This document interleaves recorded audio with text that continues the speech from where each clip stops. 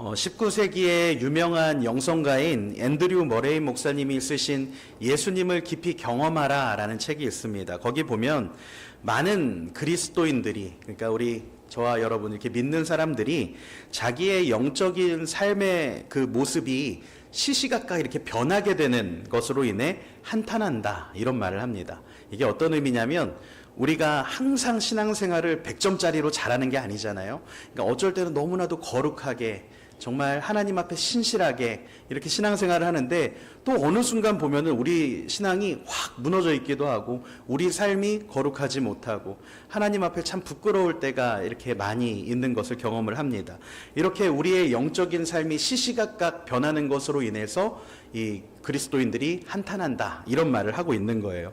이 목사님이 그 책에서 이렇게 적고 있습니다.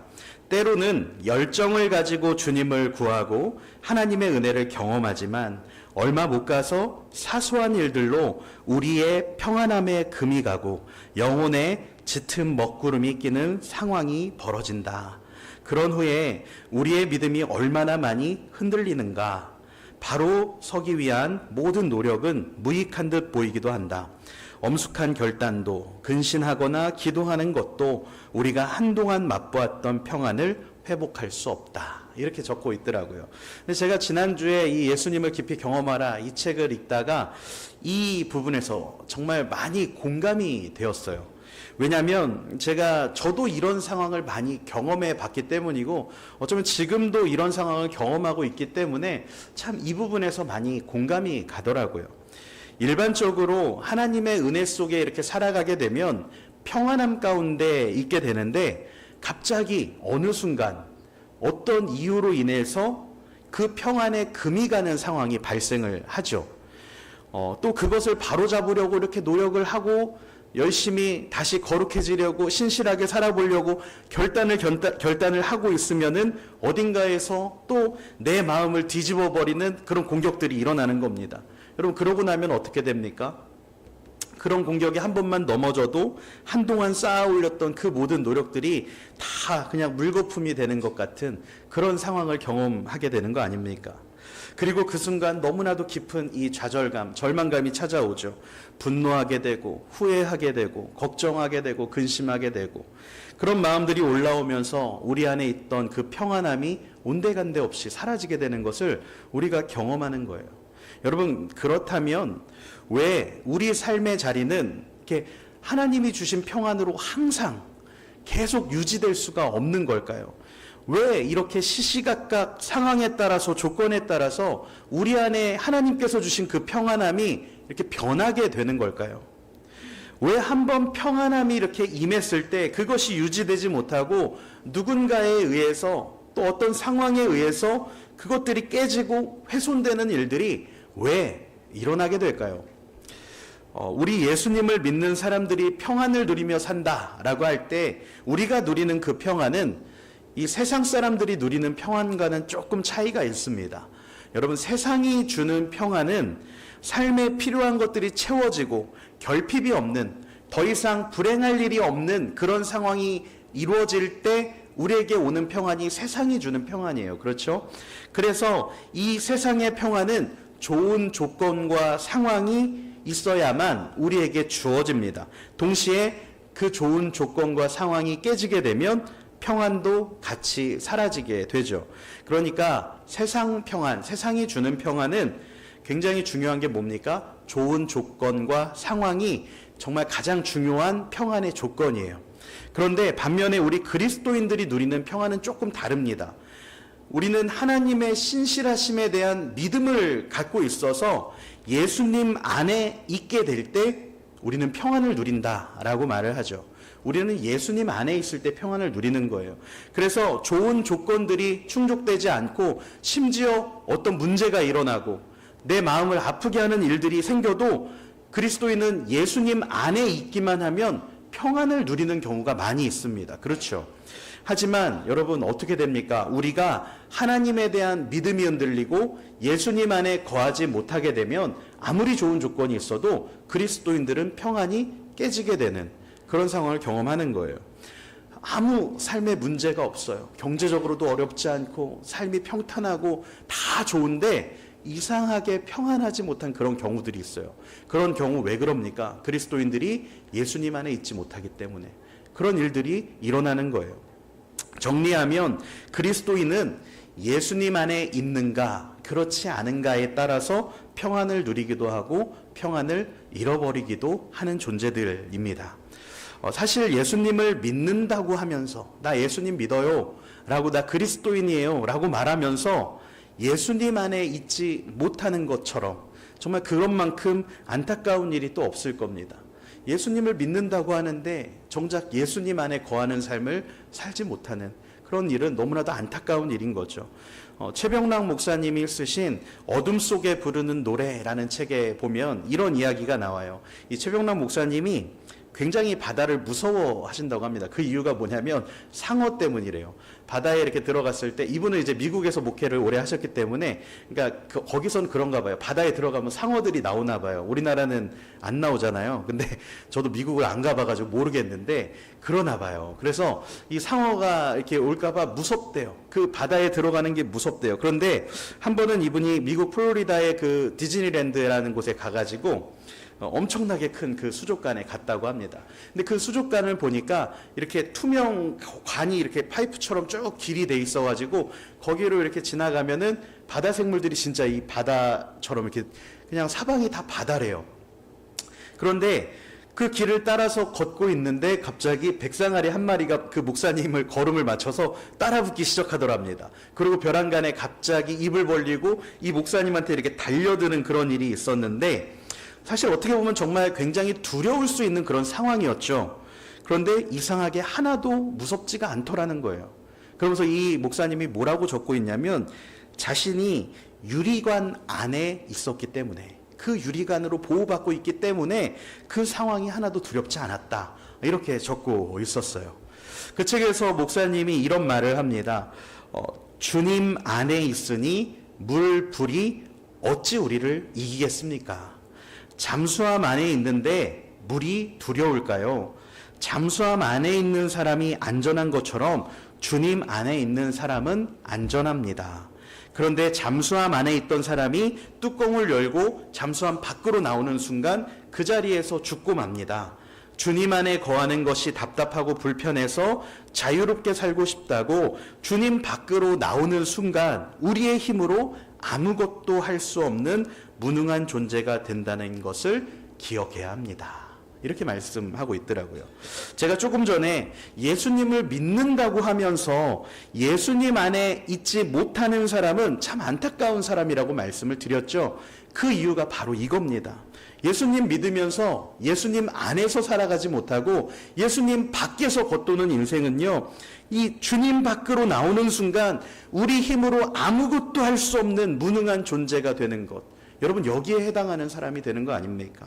그렇기 때문에 여러분 예수님을 믿어도 예수님 안에 거하지 못하면 우리가 누릴 수 있는 것, 우리에게 이미 주어졌음에도 불구하고 아무것도 그것을 누리지 못하는 그런 삶을 살게 되는 겁니다. 너무나도 안타까운 상황이 벌어지는 거죠. 여러분 그렇다면 저와 여러분 우리 그리스도인들은 어떻게 예수님 안에 거하는 삶을 살아갈 수 있을까요? 어떻게 해야 예수님 안에 거할 수 있을까요? 오늘 말씀을 통해서 이 예수님 안에 거하는 방법을 좀 한 가지씩 나눠 보려고 합니다.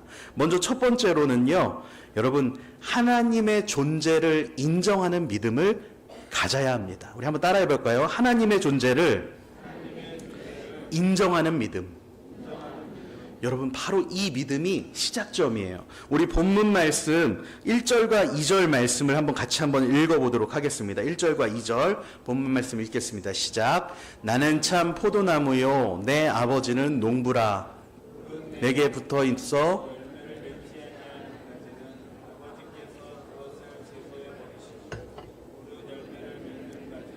더 열매를 맺게 하려 하여 그것을 깨끗하게 하시느니라. 아멘.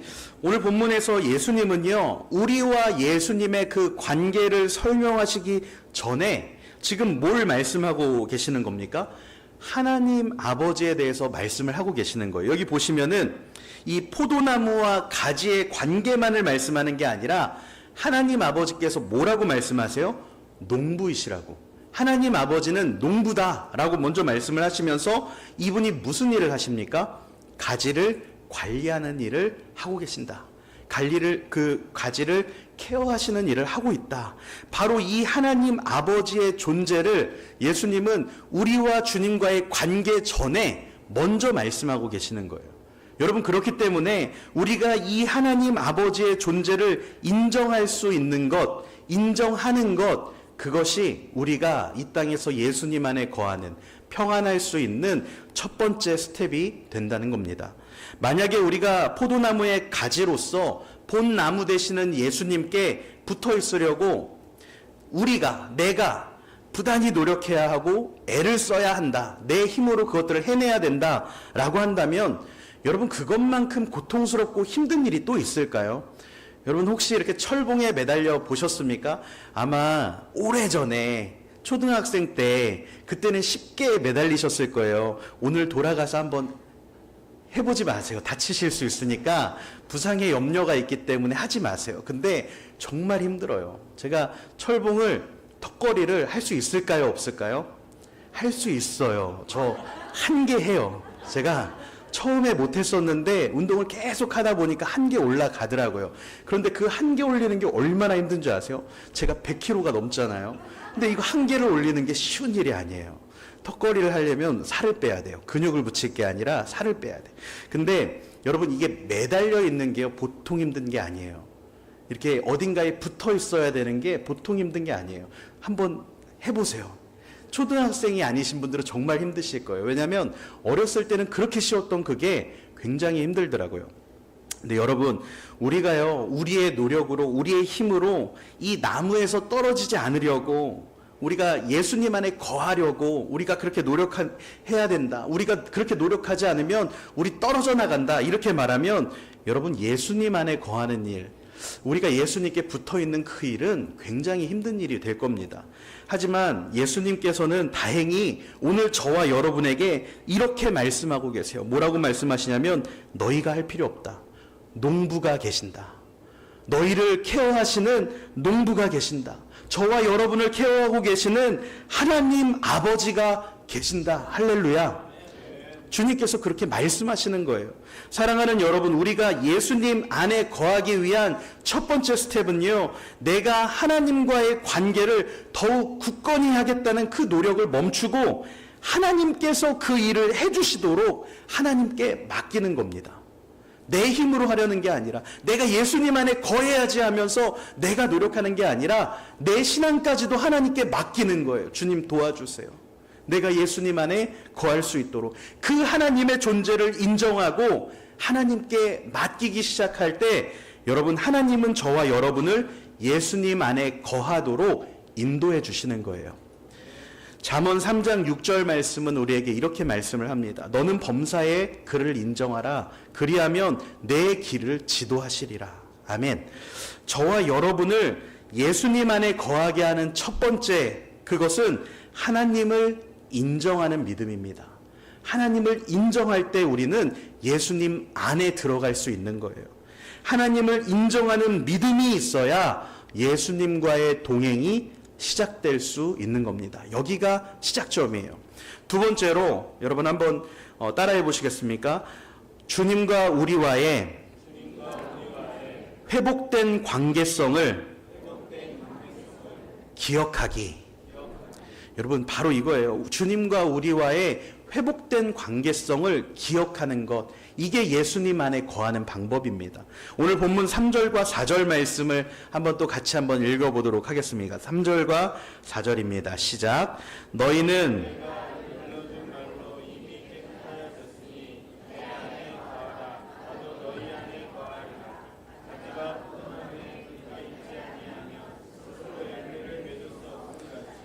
너희도 내 안에 있지 아니하면 그러하리라. 아멘.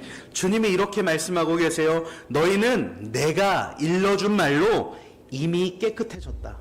너희는 이미 깨끗해진 존재들이다. 그러니까 내 안에 거해라. 너희는 내가 일러준 말로 이미 깨끗해진 존재들이다. 이제 너희는 내 자녀이고 내 아들이고 내 딸이다. 그러니 내 안에 거하라. 너희의 신분이 변했다. 라고 주님이 지금 선포하고 계시는 거예요. 할렐루야. 여러분, 우리가 살아가다 보면 얼마나 많은 영적인 공격들이 일어납니까?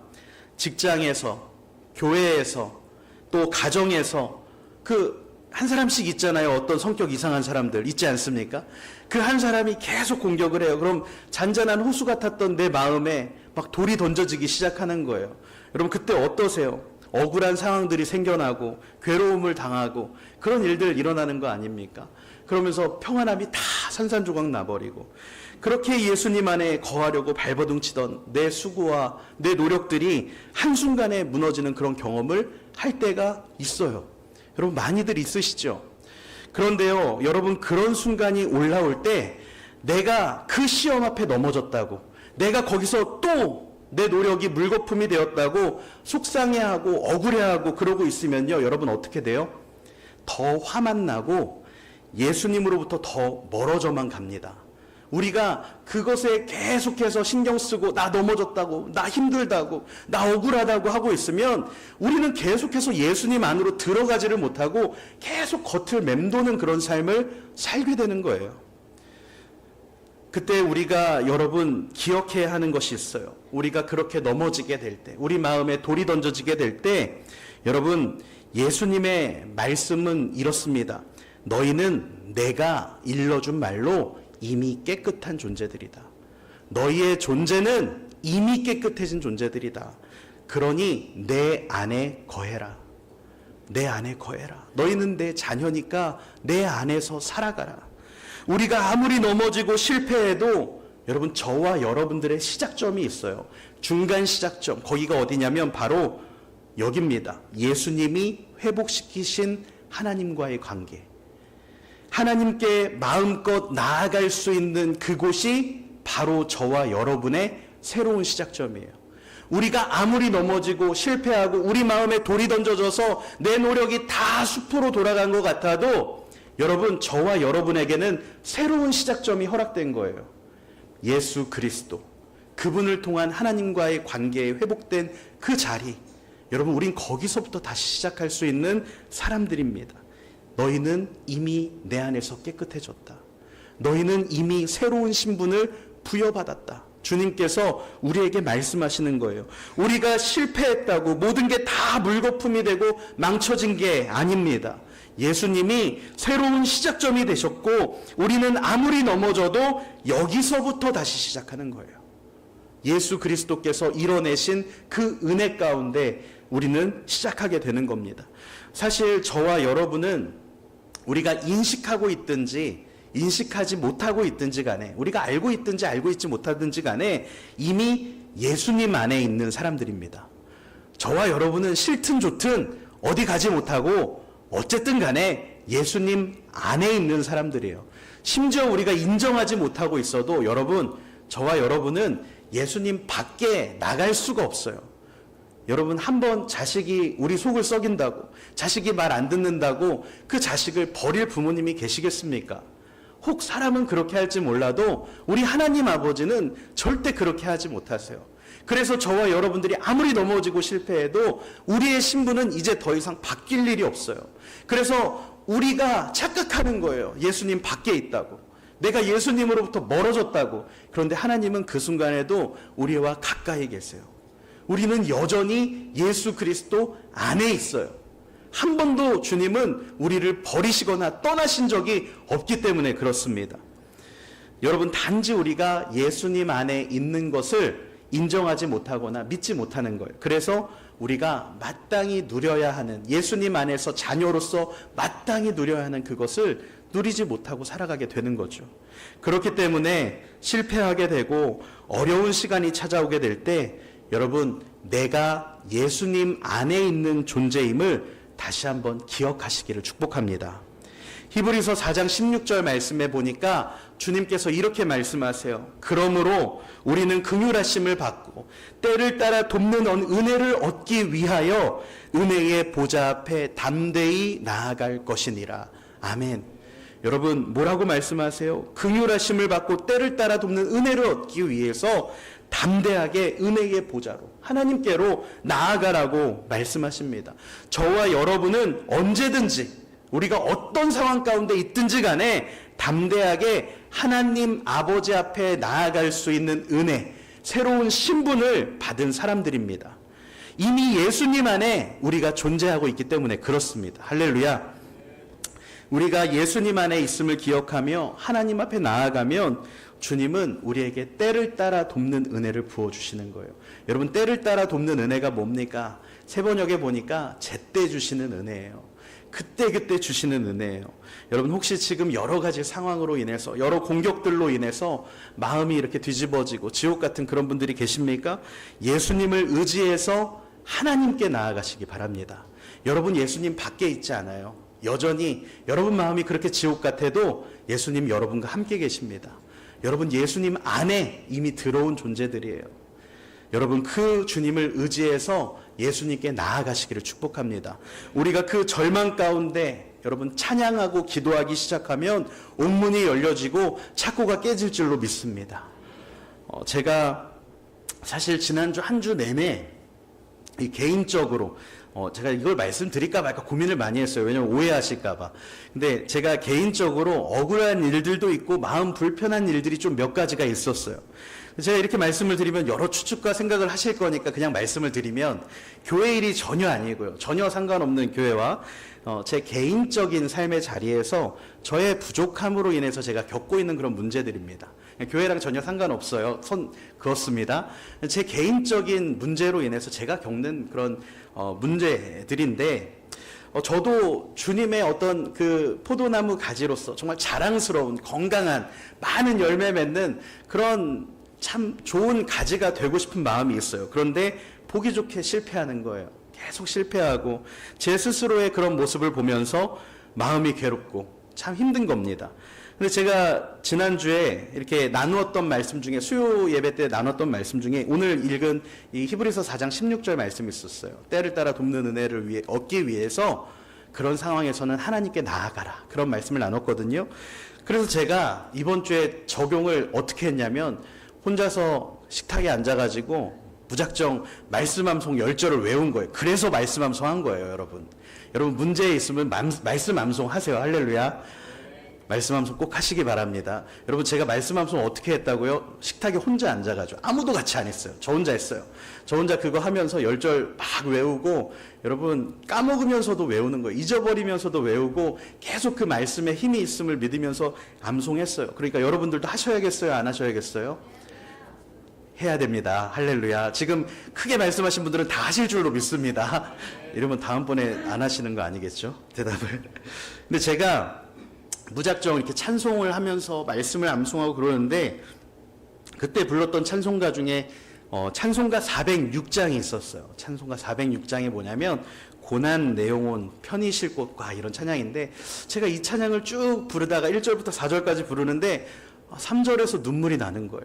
그 3절 가사가 뭐였냐면은 나의 믿음이 연약해져도 미리 예비한 힘을 주시며 위태할 때도 안보하시는 주의 영원한 파르지해. 이 찬양이었어요. 여러분, 나의 믿음이 연약해져도 어떻게 하신다고요? 내가 이렇게 실패하고 넘어졌는데 내 모습을 보면서 너무나도 실망스러워서 괴롭고 아픈데 나의 이 믿음이 연약해져도 주님은 뭘 하신다고요? 미리 예비한 힘을 주신대요. 그분 앞에 나아가니까 미리 예비한 힘을 주시며 위태할 때도 내가 넘어질까봐 쓰러질까봐 위태할 때도 나를 안보하시는 하나님께서 그렇게 나를 보호하고 계시다 말씀하시는 거예요. 여러분, 제가 이 찬양을 하면서 다시 한번 힘을 냈어요. 제가 괴로운 마음 가운데 정말 내가 예수님 안에 있는 것 같지 않아서 내가 예수님 안에 있는 사람이라고 느껴지지 않아서 실망하고 넘어졌을 때 나에게 미리 예비한 힘을 주시며 나를 안보하시는 그 주님으로 인해서 제가 좀 다시 좀 일어날 수 있는 그런 힘을 얻게 되었습니다. 여러분, 제가 굉장히 연약한 사람이에요. 제가 부족함이 많은 사람이어서 저는 사실 억울한 걸 잘 못 견딥니다. 제가 변명도 되게 많이 하는 사람이고요. 제가 그래요. 말이 길어요. 왜 이렇게 말이 기냐면 억울한 걸 못 견뎌서 그래요. 또 하나는 양보하는 걸 굉장히 싫어해요. 제가 억울한 상황에서 뭘 양보해야 되는 게 되게 싫어서 그런 마음이 여전히 제 안에 있는 거예요. 집에서 아내에게든 자식에게든 제 가족들에게든 제가 억울한 마음이 한번 들면 다 그냥 미운 겁니다. 그런데 여러분 또 그러고 있는 제 스스로를 보면 너무 힘들어요. 그런 제 자신을 보면서 마음이 참 비참함을 느낄 때가 있어요. 그래서 제가 그렇게 하나님 앞에 나아가는데 주님은 그런 연약한 저를 위해서 미리 예비한 힘을 주시며, 할렐루야, 미리 예비한 힘을 주시며 제가 위태할 때도 저를 보호하고 계시더라고요. 여러분 혹시 실패한 것 같고 예수님이 멀어진 것 같고 내가 더 이상 예수님 안에 있는 것 같지 않고, 여러분 혹시 그런 상황 가운데 계신 분이 계십니까? 여러분 때를 따라 돕는 은혜를 얻기 위해서 하나님 앞에 나아가시기를 축복합니다. 우리가 연약해서 넘어졌다면 주님은 미리 예비하신 힘을 부어주실 것입니다. 마지막으로요, 우리가 예수님 안에 거하는 방법은 어떤 상황에서도 하나님의 사랑을 의심하지 않는 겁니다. 한번 따라해 보겠습니까? 하나님의 사랑을 의심하지 않는 것. 여러분 어떤 상황에서도 하나님의 사랑을 의심하지 않는 거예요. 우리 본문 9절 말씀을 한번 또 같이 읽어보도록 하겠습니다. 9절 말씀입니다. 아버지께서 나를 사랑하신 것 같이 나도 너희를 사랑하였으니 나의 사랑 안에 거하라. 아멘. 제가 몇 달 전에요, 저희 집에서 둘째를 돌보는데 이 아이가, 저희 둘째가 참 정도 많고요, 사람에 대한 관심도 많습니다. 교회만 잘 안 나와서 그렇지 엄마랑 있겠다고 계속 교회를 안 나오는 그런 아들이에요. 그런데 무엇보다 얘가 그날 저한테 하루 종일 뭘 하냐면 성경 관련 그 동화책을 가져와서 읽어달라는 거예요. 그래서 제가 그랬어요. 그만 좀 갖고 오라고. 목사 아빠가 성경책 읽어달라고 아들이 갖고 오는데 그만 좀 갖고 오라고. 제가 그런 사람이에요, 여러분. 근데 제가 그 둘째를 보다 보니까 이 아이가 진짜 하나님을 사랑하구나 라고 제가 좀 오해를 했었어요. 그래가지고 그날 저녁에 되게 흐뭇한 마음으로 저희 아내한테 이렇게 말을 했어요. 여보, 이 윤기를 보면 얘가 하나님을 참 사랑하는 것 같아. 꼭 어릴 때 나를 보는 것 같아. 제가 그랬어요. 그랬더니 아내가 웃으면서 그러는 거예요. 얘가? 그러는 거예요. 얘가? 그러면서 오늘 아침에 있었던 얘기. 얘가 오늘 아침에 묵상하다가 뭐라고 했는지 알아? 그러더니 엄마 이거 다음 달에 시키지 마. 이제 안 할 거야. 그랬대요. 제가 오해를 했던 거죠. 여러분 원래 엄마 아빠 눈에는 다 아들이 이렇게 천재처럼 보이는 거예요. 아무튼 중요한 것은 저희 둘째가 그렇게 하나님을 별로 사랑하지 않아도, 그렇게 하나님에 대한 관심이 별로 없어도 하나님은 저희 둘째를 사랑하세요. 조금 전에 읽었던 그 본문 9절 말씀을 보세요. 아버지께서 나를 사랑하신 것 같이, 하나님 아버지께서 아들 예수님을 사랑하신 것 같이 나도 너희를 사랑한다. 아버지가 아들을 사랑하는 그 사랑으로 내가 너희를 사랑한다. 주님이 그렇게 말씀하고 계세요. 여러분 여기서 이 사랑한다라는 말의 원어를 보면 아가파오라는 헬라어가 사용이 됐어요. 근데 아가파오 하니까 좀 뭔가 어감이 많이 들어본 것 같지 않으세요? 우리가 교과서에서 많이 봤던 그 아가페 아시죠? 아가페의 의미가 뭡니까? 무조건적인 사랑이죠. 무조건적인 사랑. 여러분 이 아가페의 현재 진행형이 아가파오예요. 그러니까 예수님이 그 무조건적으로 우리를 사랑하고 있다고 말씀하시는 거예요. 사랑이 끝난 게 아니라 사랑하고 있다고. 내가 너를 무조건적으로 네가 어떻게 살아가든 간에, 네가 넘어졌고 실패했든지 간에 그거랑 상관없이 난 너를 사랑하고 있다고. 아버지가 아들을 사랑하는 바로 그 사랑으로 내가 너를 사랑하고 있다고 예수님께서 지금 말씀하고 계시는 거예요. 여러분 로마서 5장 8절 말씀, 제가 항상 말씀드리는 말씀이에요. 뭐라고 말씀합니까? 우리가 아직 죄인 되었을 때에 그리스도께서 우리를 위하여 죽으심으로 하나님께서 우리에 대한 자기의 사랑을 확증하셨느니라.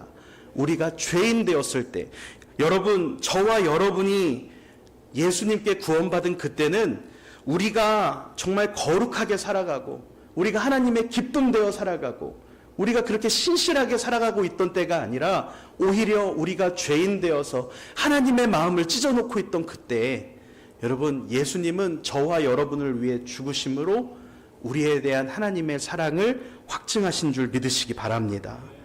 사랑하는 여러분, 우리가 예수님 안에 거하는 방법은 내 힘으로, 내 능력으로가 아니라 바로 이 하나님의 사랑을 의지하는 거예요. 이 하나님의 사랑을 의지하는 것, 나를 위해 아들까지 아끼지 않고 내어주신 그 하나님의 사랑을 믿는 겁니다. 그 하나님의 사랑이 여전히 내 삶을 이끌고 계시고 앞으로도 나를 이끌어 가실 것이라고 그것을 믿는 믿음을 갖는 것, 여러분, 그것이 바로 우리가 예수님 안에 거하는 삶을 사는 방법입니다. 다시 한번 말씀드릴게요. 하나님께서 나를 구원하셨고 그 사랑이 나를 구원하셨고 그 사랑이 여전히 내 삶을 인도하고 있고 그 사랑이 앞으로도 나를 이끌어 가실 거라고 믿는 것, 여러분, 그 믿음이 바로 우리가 예수님 안에 거하는 비결인 줄 믿습니다. 세상이 주는 많은 평안들은 좋은 상황과 조건들이 깨지면 다 깨져버려요. 그러나 우리 그리스도인들의 평안, 우리가 갖는 이 평안은 하나님의 그 사랑을 믿고 있을 때, 우리가 그 하나님의 사랑 안에서 다시 시작할 때 여러분 절대로 깨질 일이 없습니다. 여러분, 혹시나 여러분의 삶의 자리에서 실패하셔서 지금 평안함이 깨져버린, 그 평안을 잠시 잃어버린 그런 분들이 이 자리에 계십니까? 여러분, 오늘 말씀을 의지해서 다시 돌아오시기 바랍니다. 우리의 새로운 시작점이 여기에 있습니다. 예수 그리스도. 우리가 이 주님의 사랑으로 인해서 오늘 다시 시작할 수 있어요. 여러분, 예수님 안에 거하시기 바랍니다. 예수님 안에서 이 한 주를 시작하시기를 축복합니다. 오늘 주님께서 저와 여러분에게 이렇게 말씀하십니다. 아버지께서 나를 사랑하신 것 같이 나도 너희를 사랑하였으니 나의 사랑 안에 거하라. 아멘.